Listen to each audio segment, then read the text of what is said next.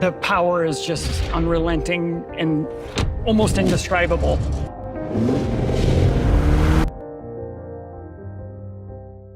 Hi, I'm Brad Franz from Chevrolet Marketing, and today I'm here with Josh Holder on the introduction of the all-new Corvette ZR1.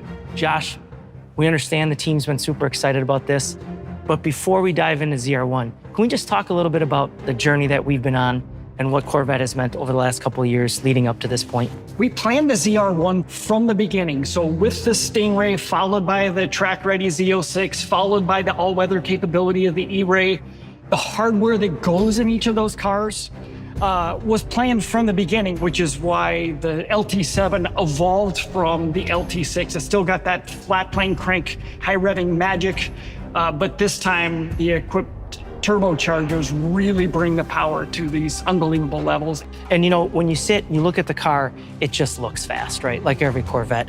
How important is it to also keep the design cues that have made this generation of Corvette so special?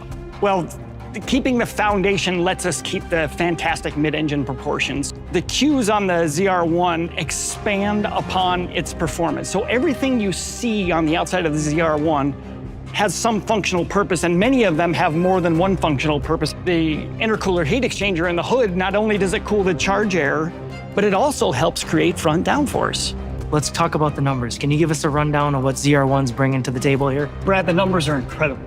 1,064 horsepower, more than 800 foot-pounds of torque from 3,000 RPM to 6,500 RPM, more than 1,000 pounds of downforce at top speed, and a quarter-mile time well under 10 seconds.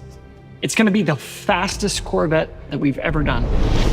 Okay, all right, well, that's an important one here. Let's just take a step back. Fastest Corvette ever. Are you confirming 212 plus today?